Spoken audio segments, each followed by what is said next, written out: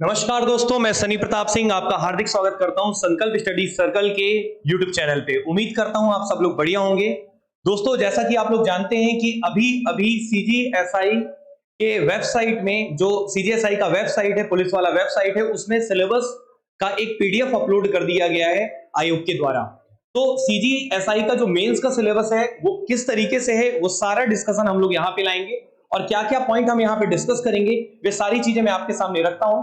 जैसे आयोग द्वारा जारी नवीनतम पाठ्यक्रम, मतलब जो भी उन लोगों ने सिलेबस यहाँ पे डिस्कस की, मतलब डिस्क्राइब करके दिया है, उस पे हम यहाँ पे चर्चा करेंगे कि वो सिलेबस में क्या क्या चीजें हैं और किस तरीके से हमें तैयारी करनी है। और कुछ चीजें शायद उसमें नहीं भी है, लेकिन वो होनी चाहिए, क्योंकि एक प्रॉपर तरीके से सिलेबस CGSI में जो वहां पे अपलोड हुआ है वो प्रॉपर तरीके से है नहीं, तो हमें उन सारी चीजों को लेके चलना है।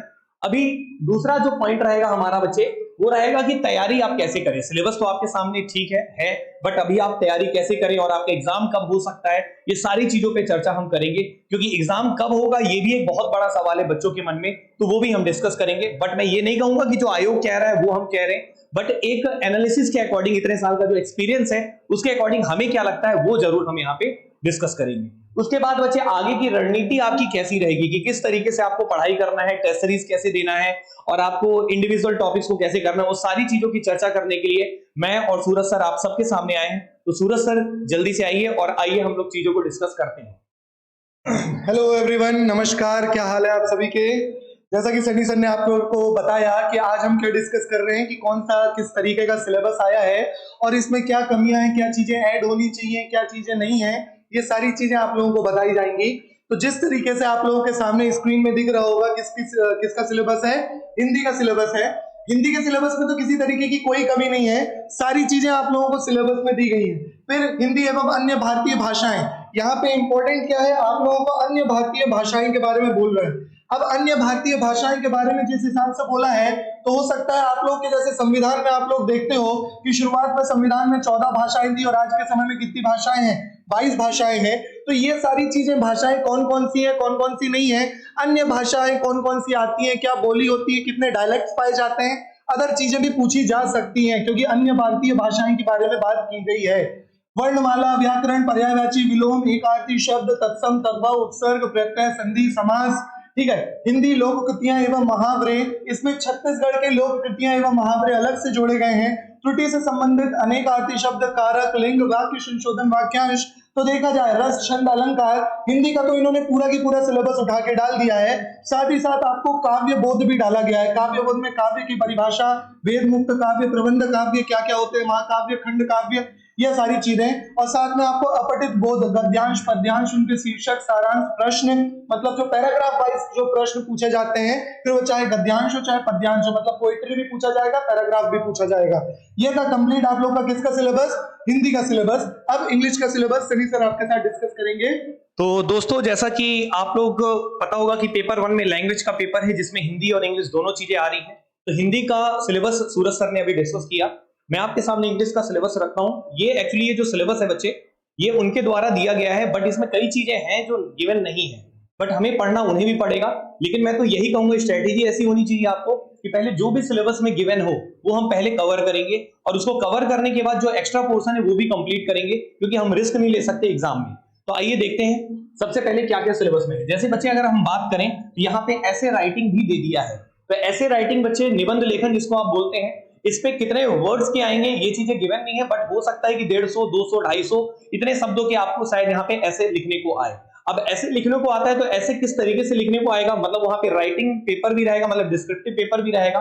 तो शायद असिस्टेंट कमांडेंट का जैसा पेपर होता है कि वहां हमें लिखना भी पड़ता है और साथ में ऑब्जेक्टिव पेपर भी होता है, तो उस प्रकार का पेपर आपको देखने को मिल सकता है। तो यहाँ पे डिस्क्रिप्टिव पेपर होगा तो ऐसे राइटिंग होगा, तो ऐसे लिखने का तरीका क्या होता है, ये सारी चीजें हमारी जो यूट्यूब की क्लास, यहाँ पे यूट्यूब में जो भी हम क्लासेस लेंगे, साथ में हमारे एप्लीकेशन में क्लासेस चलता है, वो सारी चीजें हम लोग यहाँ पे डिस्कस जरूर करेंगे। जैसा कि सूरज सर ने हिंदी का बताया, उसी तरीके से मैं इंग्लिश के जो भी चीजें यहाँ पे आ रही हैं उनको भी डिस्कस कर देता हूं। लेकिन ऐसे राइटिंग का थोड़ा सा एक बात समझिएगा, ऐसे राइटिंग में आपको टॉपिक्स पहले उनका कंटेंट का ज्ञान होना चाहिए, तभी आप लिख पाएंगे। तो इंट्रोडक्शन क्या होना चाहिए, करंट से कैसे रिलेट करना है, और आपका कंक्लूजन क्या है, डेटा जो है वो सारी चीजें हमें एक डेटा खुद से कलेक्ट करके रखना पड़ेगा। साथ में कुछ चीजें हमें याद भी करनी पड़ेंगी, क्योंकि हमें पता है कि छत्तीसगढ़ में ऐसा बच्चों के साथ बड़ा समस्या होता है कि उनको याद, मतलब इंग्लिश का लैंग्वेज में सेंटेंसेस को फ्रेम करने में बड़ा दिक्कत होता है। बट हमें वो फ्रेम करना भी है, साथ में कुछ चीजें याद भी करनी पड़ेंगी उन ऐसे के लिए। साथ में ऐसे का बच्चे क्या होता है कि जैसे अगर आप एसएससी वगैरह के एग्जाम देंगे, सीएचएसएल वगैरह के, तो वहां पे निबंध लेखन रहता है ना, तो ऐसे बॉक्स बॉक्स करके दिया रहता है पेपर में। तो यहाँ पे भी हो सकता है कि आपको बॉक्स बॉक्स करके दे, बट ऐसा जरूरी नहीं है, बिना बॉक्स के भी दे सकता है कि एक आपको पूरा इतने सारे लाइन दे दिया, जैसे मान लीजिए 20-25 लाइन दे दिया, उसमें आपको ऐसे लिखना है। तो ये हो सकता है जैसा होगा। ये अभी कुछ इनका डेमो पेपर भी इन लोगों ने नहीं दिया है। एक्चुअली किसी भी सिलेबस में एक मॉक पेपर हमेशा दिया जाता है सेंट्रल गवर्नमेंट के सारे एग्जाम्स में, बट इन लोगों ने नहीं दिया है। बट खैर कोई बात नहीं, वो शायद समय रहते आगे आ जाए। लेकिन अभी आप ये मत परेशान होइएगा कि डेट आ गया, डेट अभी टाइम लगेगा, क्योंकि आरक्षण वाला विवाद तो अभी चल रहा है। तो अभी आपको कायदे से 2 से 3 महीना कम से कम आपके पास है। मैं पहले भी बोल रहा था समय रहेगा आपके पास, क्योंकि जब तक वो मैटर क्लियर नहीं होगा तब तक ये रिजल्ट डिस्क्लोज करेंगे ही नहीं। तो अभी तो टाइम है आपके पास, उस समय में तैयारी कर सकते हैं। अब बात ये उठती है सर कि हिंदी टू इंग्लिश ट्रांसलेशन। ये देखिए, जनरल जो पेपर होता है उसमें ट्रांसलेशन वगैरह नहीं आता है, बाकी दूसरे के एग्जाम्स में, लेकिन स्टेट के एग्जाम में ट्रांसलेशन वगैरह पूछ लेता है। तो हिंदी टू इंग्लिश ट्रांसलेशन आपको आएगा, इंग्लिश से हिंदी का ट्रांसलेशन आएगा, ये दोनों भी कवर करना पड़ेगा आपको। साथ में बकायदा यहाँ पे लिखा है टेंसेस लिखा है, तो अगर आपसे टेंस पूछ रहा है तो क्वेश्चन टैग भी पूछ सकता है, तो ये भी आपको पढ़ना पड़ेगा। साथ में यहाँ पे मॉडल अलग से लिखा है, तो मॉडल ऑक्सिलरी भी आपको पढ़ना पड़ेगा, जैसे कैन, कुड, वुड, शुड, इनके बारे में जानकारी होना चाहिए कि इनका इस्तेमाल कहाँ पे करते हैं। साथ में आर्टिकल्स बच्चे, तो आर्टिकल्स भी आपको बहुत अच्छे से पढ़ना करेगा। फिलर्स में आएंगे, फिल इन द ब्लैंक्स में आर्टिकल्स के क्वेश्चन बनेंगे। साथ में बच्चे वॉइस दिया हुआ है, देखिए यहाँ पे लिखा हुआ है क्या, वॉइस। साथ में क्या दिया है, नरेशन, प्रीपोजिशन, क्लॉजेस। अब देखो बच्चे, क्लॉजेस यहाँ पे दे दिया है। अब केवल क्लॉज अगर कोई टीचर पढ़ाएगा भी तो डायरेक्ट क्लॉज कैसे पढ़ाएगा। क्लॉज में बच्चे एडजेक्टिव क्लॉज होता है, एडवर्ब क्लॉज होता है, तो पहले एडजेक्टिव और एडवर्ब की इंफॉर्मेशन उसे देना पड़ेगा। यहाँ पे जरूर पार्ट्स ऑफ स्पीच नहीं लिखा है, लेकिन पार्ट्स ऑफ स्पीच आपको पहले कमांड करना पड़ेगा, तभी आपको क्लॉजेस वगैरह समझ में आएंगे, वॉइसेस और नरेशन, प्रीपोजिशन। तो ये मैंने आपको इंग्लिश लैंग्वेज के बारे में यहाँ पे डिस्कस किया कि हमें कैसे कवर करना है, फिर हमारी स्ट्रेटेजी क्या होगी वो मैं बताऊंगा। अभी तो मैं आपके सामने सिलेबस रखा हूं, इसमें पार्ट्स ऑफ स्पीच नहीं दिया है, लेकिन हमें कवर करना पड़ेगा। साथ में वोकैब का पोर्शन भी नहीं लिखा है, लेकिन वोकैब भी पढ़ना पड़ेगा, one word substitution, idioms and phrases और फ्रेजल वर्ब्स, ये सारी चीजें पढ़नी पड़ेंगी। तो आइए अब हम नेक्स्ट उस पे चलते हैं, जो सिलेबस है आपका सामान्य अध्ययन का, वो सूरज सर आपके सामने डिस्कस करें।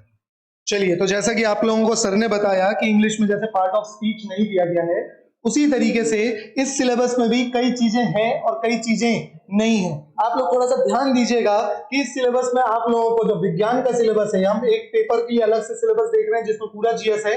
विज्ञान के सिलेबस में भौतिकी मतलब फिजिक्स लिख दिया है आप लोगों को केवल, ठीक है। रसायन विज्ञान यहाँ पे लिख दिया है केमिस्ट्री, अंदर क्या है कुछ नहीं लिखा। उसके बाद डायरेक्ट लिख दिया जीव विज्ञान, और जीव विज्ञान को थोड़ा सा इन्होंने डिस्क्राइब कर दिया है, थोड़े से आविष्कार वगैरह जो हुए उनके बारे में बताया। जीव विज्ञान को डिस्क्राइब किया कैसे, जैसे मानव शरीर विज्ञान, मतलब जितने भी आपके तंत्र होते हैं, सिस्टम होते हैं, फिर आपका रेस्पिरेटरी सिस्टम हो, एक्सक्रेटरी सिस्टम हो, XYZ, ठीक है, वो सारी चीजें पूछी जाएंगी। डिसीज और उनके कारण, किस कारण से हो रहे हैं, उनका इलाज क्या है, रोकथाम, आहार, न्यूट्रिशन वाली चीजें पूछी गई है, फूड एंड न्यूट्रिशन।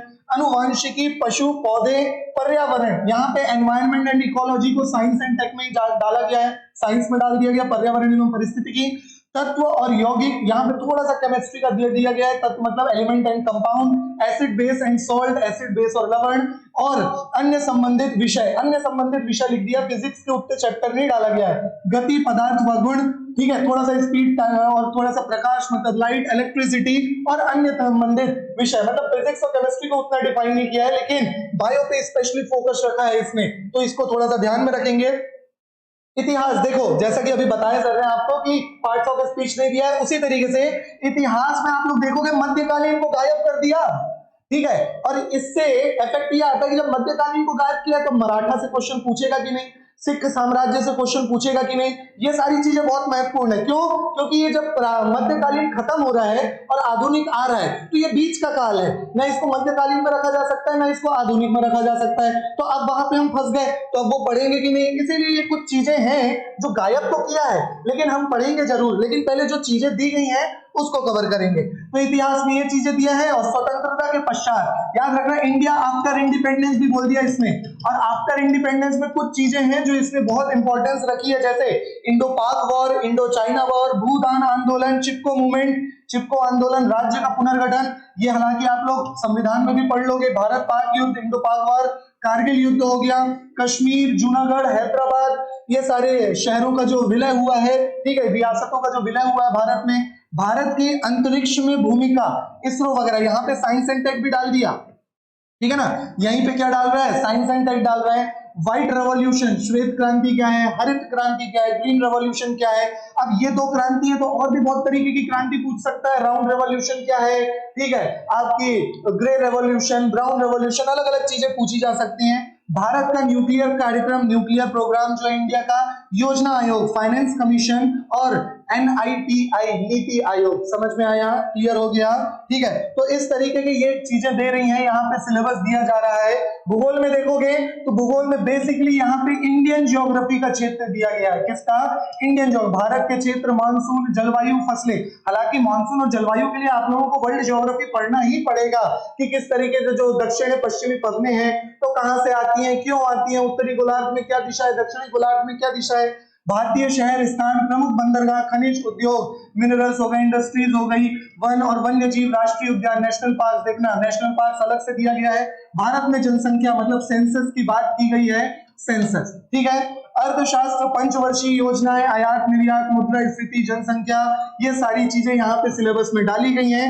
विश्व और संबंधित विषय, यहाँ पे देखना, विश्व और संबंधित विषय में आप लोगों को वर्ल्ड ट्रेड ऑर्गेनाइजेशन हो गया, इंटरनेशनल मॉनेटरी फंड हो गया, या जिस भी तरीके की इस तरीके के अंतरराष्ट्रीय संगठन होते हैं ये जरूर पढ़ने पड़ेंगे क्योंकि ये अर्थशास्त्र से संबंधित होते हैं। संविधान में कोई झोल नहीं है, संविधान में पूरा संविधान डाला गया है। भारतीय संविधान, नागरिकता, चुनाव, संसद और राज्य विधायिकाएं। जब इसने केंद्र और राज्य की विधायिकाएं बोल दिया तो इसने पूरा भाग 5 और पूरा भाग 6 पूछ लिया, ठीक है ना। स्थानीय स्वशासन मतलब आर्टिकल 243 पूरा पूछ लिया। लोकल सेल्फ गवर्नमेंट, पंचायती राज हो चाहे म्युनिसिपल कॉर्पोरेशन हो, राज्य संबंध, विदेश नीति और अन्य संबंधित विषय, मतलब भाग 1 से लेकर सारे भाग यहाँ पे डाल दिया गया है, ठीक है। समसामयिक, मिसलेनियस में इसने क्या डाला है, मिसलेनियस में आप लोग देखोगे तो विज्ञान और प्रौद्योगिकी में नवीनतम विकास मतलब साइंस एंड टेक में देखा जाए तो यहाँ पे करंट अफेयर्स एक अलग से टॉपिक डाल दिया इसने मिसलेनियस का करंट अफेयर्स के लिए।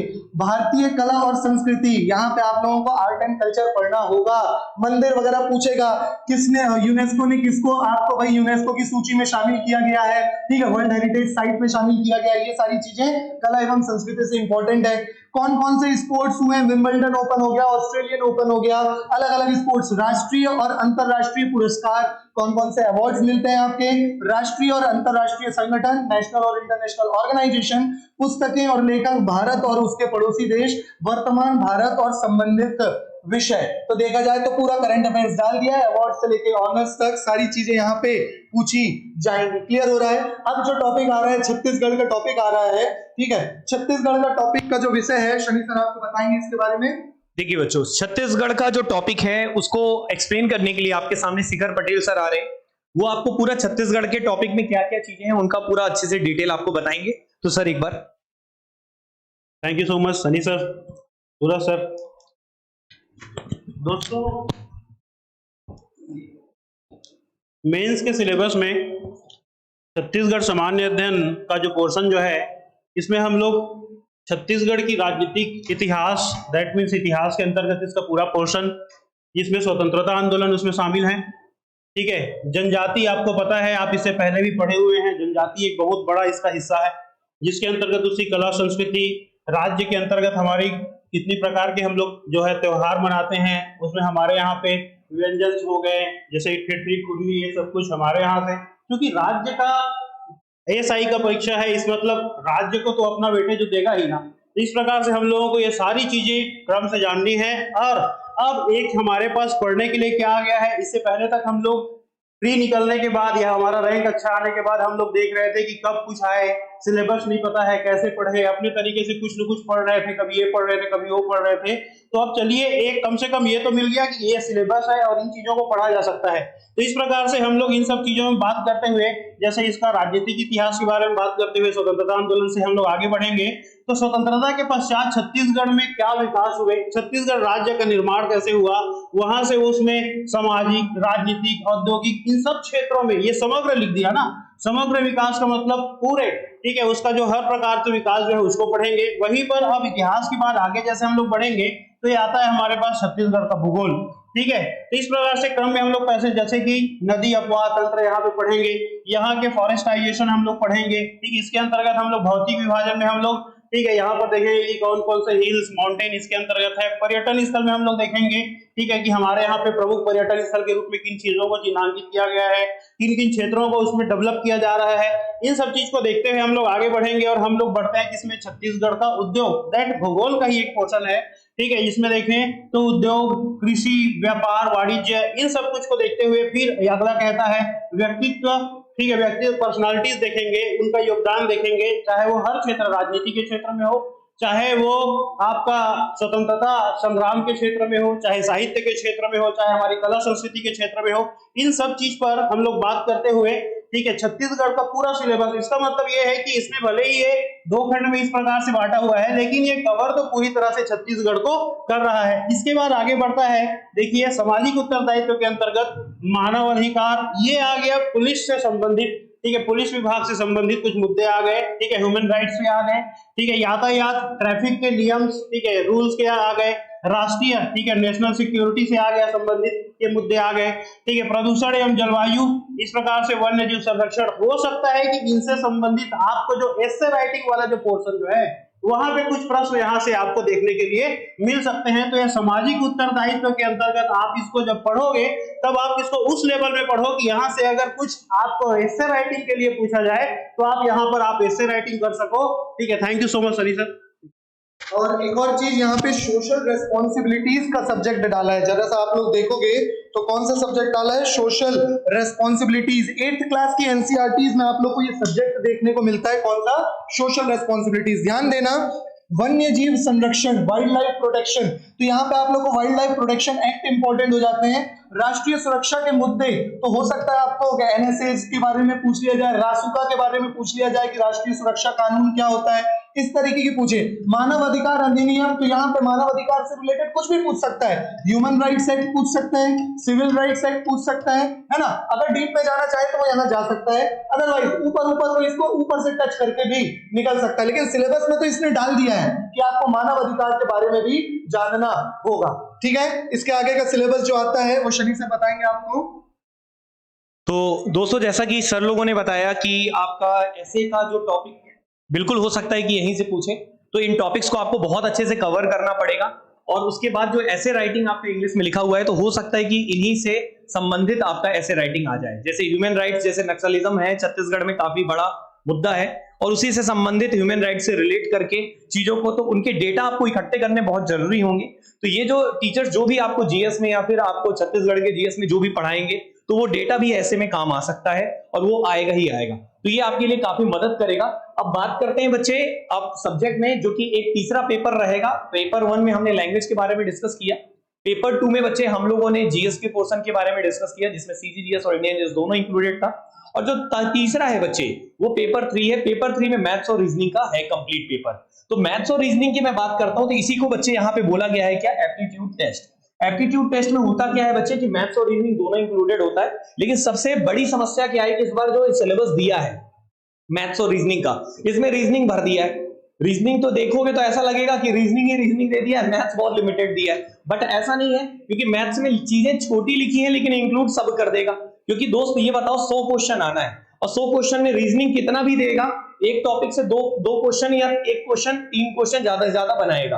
तो अगर उससे भी काउंट करोगे तो आपका मैथ्स का पोर्शन बिल्कुल रहेगा। और जो है पहले इन पे डिस्कस करेंगे। तो हमारा क्या स्ट्रेटेजी होना चाहिए कि पहले तो हम जो सिलेबस दिया है उसको पूरा कंप्लीट कर ले, उसके बाद जो एक्स्ट्रा चीजें बचती हैं उनको कवर करें। तो ये हमारी एक स्ट्रेटेजी होनी चाहिए। तो पहले आइए डिस्कस कर लेते हैं। जैसे बात करते हैं, यहाँ पे सादृश्य लिखा है, ठीक है।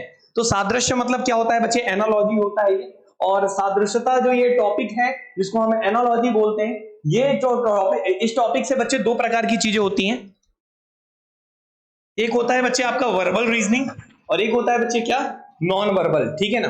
तो वर्बल में भी एनालॉजी के क्वेश्चंस होते हैं और नॉन वर्बल में भी एनालॉजी के क्वेश्चन होते हैं। तो आपको दोनों कवर करना होगा क्योंकि इसमें सारी चीजें यहाँ पे लिखा हुआ है, जैसे अक्षर और संख्याओं पे आधारित जो प्रतीकात्मक लिखा हुआ है, मतलब यहाँ पे नंबर्स भी यूज करेगा, एनालॉजी के क्वेश्चंस में लेटर्स भी यूज करेगा, साथ में यहाँ पे संख्या, छवियां, अर्थ आधारित, मतलब जो भी वर्ड के जो मीनिंग होंगे उन पे आधारित एनालॉजी के क्वेश्चन होंगे, अर्थात जीके बेस्ड क्वेश्चन इसको हम बोलते हैं।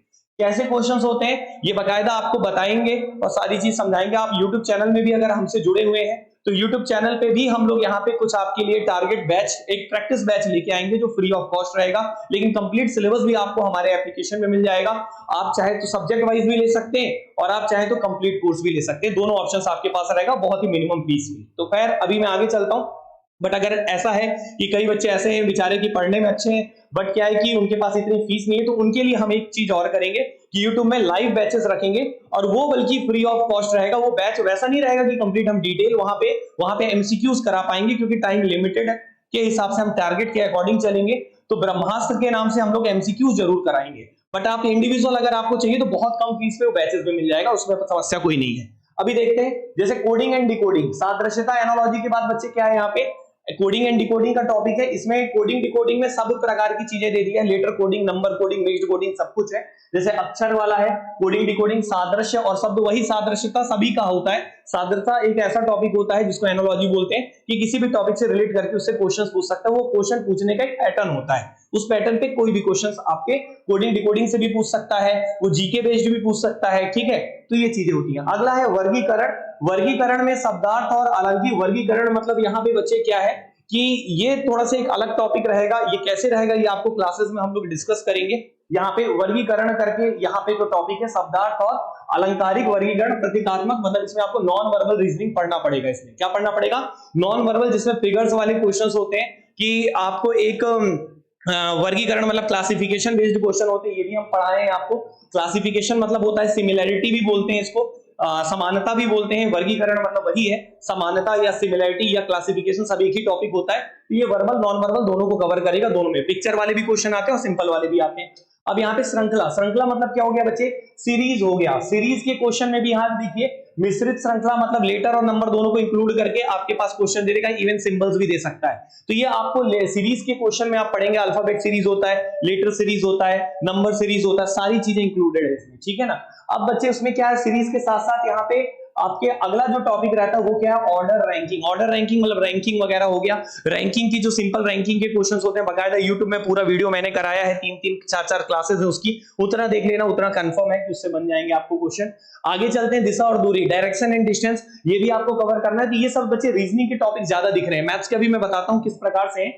जैसे यहाँ पे देखेंगे कि वर्णमाला आधारित, यहाँ पे क्या बोला है? आव्यूह बोला है, आरेख मतलब वेन डायग्राम, बच्चों कुछ नहीं, वेन डायग्राम एक टॉपिक होता है, तो वेन डायग्राम भी आपको कवर करना है। और वेन डायग्राम में दो चीजें, एक नॉर्मल वेन डायग्राम होता है रीजनिंग वाला, 2 क्वेश्चन वहां से आएगा, एक होता है सिलोजिज्म जिसको न्याय संगत न्याय निगमन बोलते हैं। लेकिन भाई ये सिलेबस बनाने वाले इतने खतरनाक है कि इनको न्याय संगत लिखने की जगह हिंदी में सिलोजिज्म लिख दिए, जबकि सिलोजिज्म इंग्लिश में बोला जाता है। खैर कोई बात नहीं, लेकिन हमें तो समझाना है, आपको बताना है। तो सिलोजिज्म को ही न्याय संगत या न्याय निगमन बोला जाता है, तो वो टॉपिक अलग से लिखा है सिलोजिज्म के नाम से, तो वो भी कवर करना है। बट उसको वेन डायग्राम के अंदर दिया है, वेन डायग्राम के अंदर नहीं होता, वो अलग टॉपिक है। वेन डायग्राम उसका तरीका होता है करने का। अभी आगे देखते हैं वर्णमाला या शब्द पे परीक्षण, जो भी है बच्चे, यहाँ पे लेटर सीरीज वगैरह के क्वेश्चन है, अनुक्रम, शब्द निर्माण, ये सारी चीजें आपकी इसमें दी हुई है। तो ये बच्चे आपका रीजनिंग का सिलेबस अभी तक दिखा आपको। मैथ्स का भी आगे डिस्कस करते हैं, मैथ्स में क्या क्या चीजें हैं। तो मैथ्स में क्या थोड़ा बड़ा था इसलिए सेकंड स्लाइड में आ गए। वेन डायग्राम में देखिए, वेन डायग्राम में लिखा है तार्किक, सिलोजिज्म ये लिखा हुआ है जो मैं आपके सामने डिस्कस कर रहा था, इसमें नहीं देना था, अलग से लिखना था न्याय निगमन, ठीक है। कथन और निष्कर्ष वाले क्वेश्चन जिसको आप बोलते हैं। पहेली, देखो दोस्त लिखा है पहेली, तो पहेली की जगह इसमें कौन सी दे दिया? यहाँ पे रैखिक व्यवस्था, और कौन सा है? बैठने की व्यवस्था, मतलब सीटिंग अरेंजमेंट इसी में डाल दिया। कोई बात नहीं, पजल के अंदर सीटिंग अरेंजमेंट भी हम ले सकते हैं। तो पजल पूरा कवर करना है, सीटिंग अरेंजमेंट पूरा कवर करना है। साथ में डेटा पर्याप्तता, इसको बच्चे इंग्लिश में बोलते हैं डेटा सफिशिएंसी। क्या बोलते हैं बच्चे?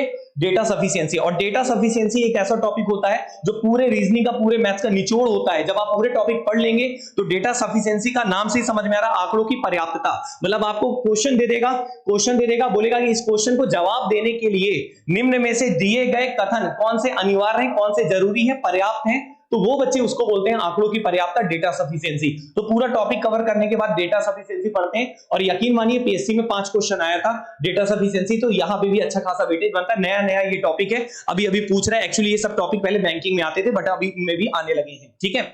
अब ये देखिए गैर मौखिक तर्क। अब ये बच्चे पेपर फोल्डिंग, क्यूब, डाइस, गिनती, आंकड़े, मतलब फिगर काउंटिंग हो गया, पेपर फोल्डिंग एंड कटिंग, ये सब नॉन वर्बल का पोर्शन है, जो कि 6 घंटे की हमारी जो क्लासेस होगी उसमें पूरा कवर कर देंगे, आपका अच्छे से कवर हो जाएगा। कोई भी क्वेश्चन आएगा बना लेंगे। और अभी भी देखने को मिला भी है पेपर फोल्डिंग कटिंग के, अभी भी फिलहाल में जो पेपर हुआ था पीएससी वाला, सीसेट वाला, उसमें भी मिला था। तो अभी चलते हैं आगे। यहाँ पे बच्चे संख्या और उनके बीच का संबंध। अब देखो ये मैथमेटिक्स का पोर्शन है, मात्रात्मक योग्यता और संख्यात्मक कौशल, मतलब ये नंबर्स की जानकारी आपसे पूछना चाहता है। नंबर्स की जानकारी का मतलब नंबर सिस्टम, संख्या पद्धति बहुत बड़ा चैप्टर होता है, उसमें सारी चीजें कवर की जाती हैं। तो संख्या और उनके बीच में संबंध, मतलब संख्याओं की जानकारी आपको बहुत बेहतर तरीके से होनी चाहिए। तो जैसे प्राइम नंबर हो गया, कंपोजिट नंबर हो गया, अभाज्य, भाज्य, सारी संख्याएं होंगी। सरलीकरण जिसको सिंप्लीफिकेशन बोलते हैं, ये स्पीड बनाने के लिए टॉपिक होता है। इसमें स्पीड के क्वेश्चन होंगे, ये नहीं कि आप एकदम गधों की तरह एकदम लंबा लंबा लिख लिख के सॉल्व कर रहे हो, वैसा नहीं करना एकदम। तो सरलीकरण, सिंप्लीफिकेशन हो गया। दशमलव और भिन्न, दशमलव मतलब डेसिमल और फ्रैक्शन, ये टॉपिक भी नंबर सिस्टम के अंतर्गत ही हम पढ़ाएंगे आपको। रेशियो एंड प्रोपोर्शन, प्रतिशत, औसत, लाभ और हानि, तो ये पूरा टॉपिक हो गया जो अर्थमेटिक का पोर्शन हो गया। साथ में क्वांटिटिव एप्टीट्यूड लिख दिया, मतलब पूरा एप्टीट्यूड है कायदे से, लेकिन लिखा क्या क्या है, सरल, यौगिक, समय और काम, मतलब क्या टाइम एंड वर्क, लेकिन पाइप एंड सिस्टम नहीं दिया। टाइम एंड वर्क बोल रहा है तो पाइप एंड सिस्टम बिल्कुल पूछ सकते हैं, क्योंकि कंसेप्ट तो सेम होते हैं दोस्त। उसके बाद क्या दिया, मेंसुरेशन। मेंसुरेशन मतलब क्षेत्रमिति, जिसको आप बोलते हैं मेंसुरेशन। देखो मेंसुरेशन लिखा है, ऐसे कोई सिलेबस बनाता है यार, हिंदी में लिखेगा तो क्षेत्रमिति लिखना चाहिए ना, दिया क्या है, मेंसुरेशन। ये विशेषताएं भाई की देखो, तो मेंसुरेशन हो गया, क्षेत्रमिति हो गया, गति मतलब स्पीड, टाइम एंड डिस्टेंस हो गया, समीकरण मतलब वही इक्वेशन है, इक्वेशन में सब कुछ होता है, क्वाड्रेटिक भी होता है, लीनियर भी होता है, ये सब कुछ आपको कवर करना पड़ेगा। इतना तो करना है, लेकिन इसके अलावा भी भाई कई चैप्टर छूट गए हैं, तो वो भी पढ़ना पड़ेगा। जैसे बच्चे इसमें परसेंटेज प्रतिशत लिखा होगा, वैसे प्रतिशत कहीं लिखना चाहिए था, ये लिखा है प्रतिशत, ठीक है। प्रतिशत दिया है, लाभ हानि दिया है, लेकिन सीआईएसआई गायब कर दिया। तो दोस्त ऐसा थोड़ी कि सीआईएसआई नहीं पूछेगा, क्योंकि परसेंट आ रहा है तो सीआईएसआई भी परसेंट का ही पार्ट है। क्लियर है, चलो।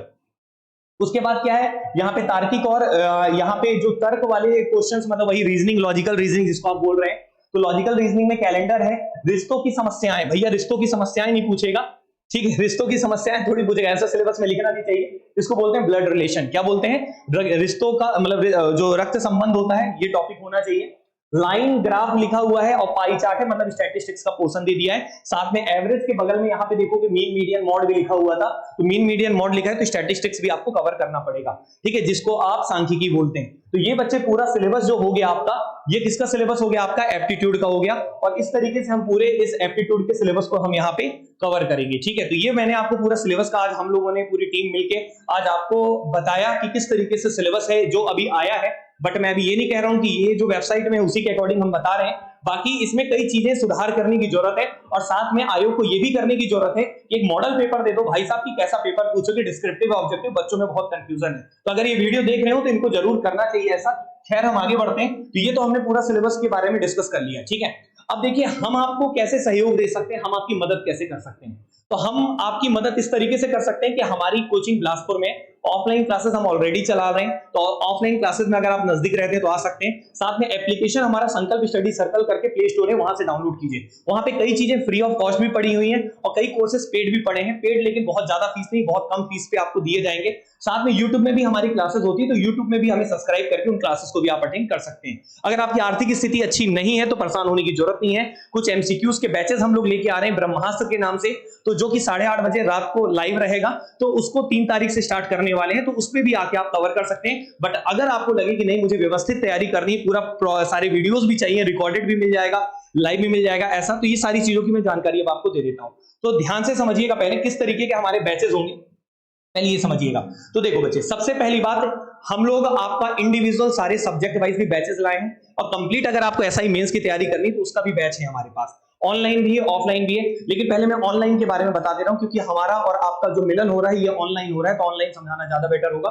तो ऑनलाइन बैच के बारे में अगर मैं डिस्कस करूं तो इंडिविजुअल हर एक सब्जेक्ट का आप ऑनलाइन बैच ले सकते हैं हमारे यहाँ। इस बैच के बेनिफिट्स ये हैं कि ये बैच आपका लाइव भी रहेगा, एक विशेष टाइम होगा उस क्लास का, लाइव भी रहेगा, साथ में रिकॉर्डेड भी रहेगा, और रिकॉर्डेड वीडियोस पहले से भी पड़ी हैं। हम आपको लाइव जो लेंगे वो 2 घंटे बाद रिकॉर्डेड फॉर्म में मिल जाएगा आपको उसी एप्लीकेशन में। आप एप्लीकेशन डाउनलोड करेंगे और उसके बाद जब लाइव होगा, लाइव में इनकेस आप कभी छूट जाती है आपकी क्लास तो रिकॉर्डेड फॉर्म में मिल जाएगा। साथ में एक चीज और है, पेपर को अभी टाइम है, क्योंकि अभी आरक्षण का चीजें क्लियर नहीं हुआ। कई लोग ऐसा हुआ बना दिए थे कि 23 तारीख को या 24 तारीख को फाइनल आ जाएगा, कुछ नहीं आएगा जब तक अभी आपका सुप्रीम कोर्ट का निर्णय नहीं आएगा। ये तो सिलेबस बस दिया गया है, ठीक है, तो इतना समझना। तो अभी आपके पास समय है। दूसरी बात ये, समय भले है लेकिन समय का यूटिलाइज करना आपके ऊपर है। अगर आप ये सोचेंगे नहीं जिस दिन होगा हम उसी दिन तैयारी करें, संभव ही नहीं है दोस्त। जो पहले से तैयारी करता है उन सिलेक्शन उन्हीं का होता है। दूसरी बातचीत ये है, तो ये मैंने सिलेबस के बारे में जो हमने डिस्कस किया, कोर्स के बारे में मैंने जो बताया कि लाइव और रिकॉर्डेड दोनों रहेगा, साथ में 1 साल की वैलिडिटी हर एक कोर्स में हमारी रहेगी। 1 साल की वैलिडिटी का मतलब ये है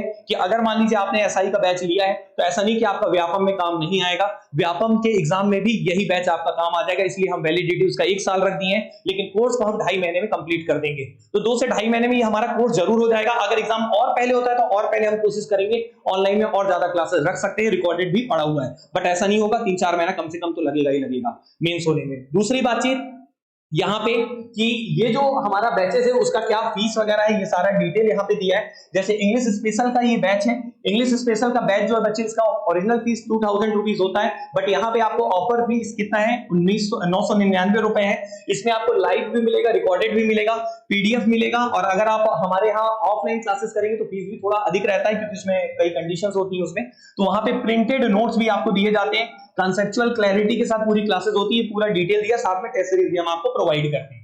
इसके साथ साथ हमारा बच्चे यहाँ पे जीएस का भी बैच है। तो जीएस का बैच किस तरीके से, इंडियन जीएस अगर आप कंप्लीट करना चाहते हैं, जैसे अभी आपको सूरज सर ने पूरा डिटेल बताया, तो इंडियन जीएस का कंप्लीट ऑनलाइन कोर्स भी आपको मिल जाएगा। ये फीस जो दिख रहा है 4999 है। इसका जो ओरिजिनल फीस जो है ये 5000 है, लेकिन आपको मात्र 2000 रुपए में ये बैच मिलेगा। इसकी बेनिफिट यही है कि लाइव के साथ साथ रिकॉर्डेड भी रहेगा। तो आपको रिकॉर्डेड का बेनिफिट ये मिलता है दोस्त कि आप मान लीजिए कभी लाइव छूट गया है, आपका क्लास नहीं हो पाया है, तो रिकॉर्डेड फॉर्म में साल भर तक आप देख सकते हैं, डाउनलोड कर सकते हैं, जो करना है वो करिए, बस एग्जाम निकालिए, ये लक्ष्य लेके चल रहा है। तो अब यहाँ पे बात करते हैं, यहाँ भी प्रिंटेड और पीडीएफ नोट्स भी मिलेगा, कंसेप्चुअल क्लैरिटी के साथ पूरी क्लासेस होती है। हमारे YouTube में जाके आप देख भी सकते हैं हमारे क्लासेस का लेवल क्या होता है। साथ में आपको टेस्ट सीरीज भी देंगे, ऑनलाइन ऑफलाइन दोनों है हमारे पास ऑप्शन। तो ये सारी चीजें हैं। अब बचता है बच्चे हिंदी का बैच। हिंदी का भी बैच एक स्पेशल बैच है, आप चाहे तो टॉपिक वाइज भी कर सकते हैं, कंप्लीट मींस करना है तो उसका भी अलग है, वो भी कर सकते हैं, दोनों ऑप्शन है। तो अगर आप हिंदी का करना चाहें तो हिंदी की फीस यहाँ पे 2000 दिख रही है, लेकिन इसकी जो फीस है अभी 1000 रुपए है। तो आप इसे नवरात्रि के पहले लेना चाहे तो ले सकते हैं, वो आपके ऊपर है, ठीक है। तो उसमें कोई डिस्काउंट वगैरह है वो आप दिए गए नंबर पे कॉल करके पूछ लेना, ठीक है।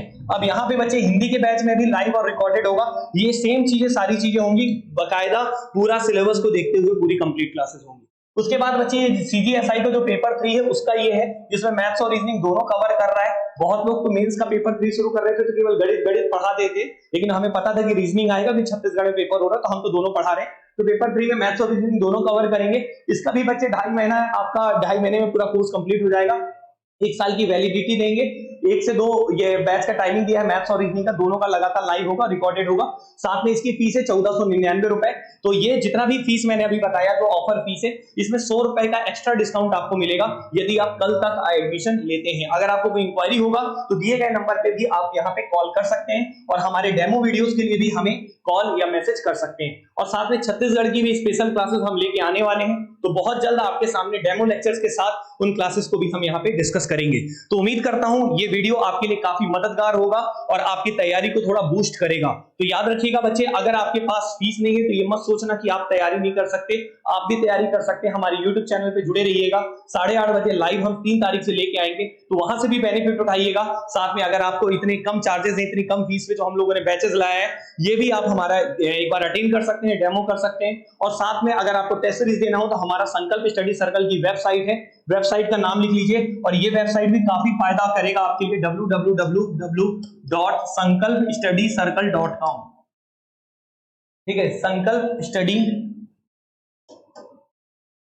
सर्कल.com। इस वेबसाइट में जाइएगा, पूरे सीजीएसआई का पूरा टेस्ट सीरीज हम आपको फ्री ऑफ कॉस्ट प्रोवाइड कर देंगे। साथ में और भी जो भी एग्जाम आप देते हैं, एसएससी, रेलवे, बैंक, कुछ भी देते हैं, सबका टेस्ट सीरीज इसमें पड़ा हुआ है, कोई चार्जेस देने की जरूरत नहीं है। तो बच्चे उम्मीद करता हूं ये वीडियो आपके लिए काफी फायदेमंद होगा। मिलते हैं अगले वीडियो पे, तब तक के लिए थैंक यू सो मच।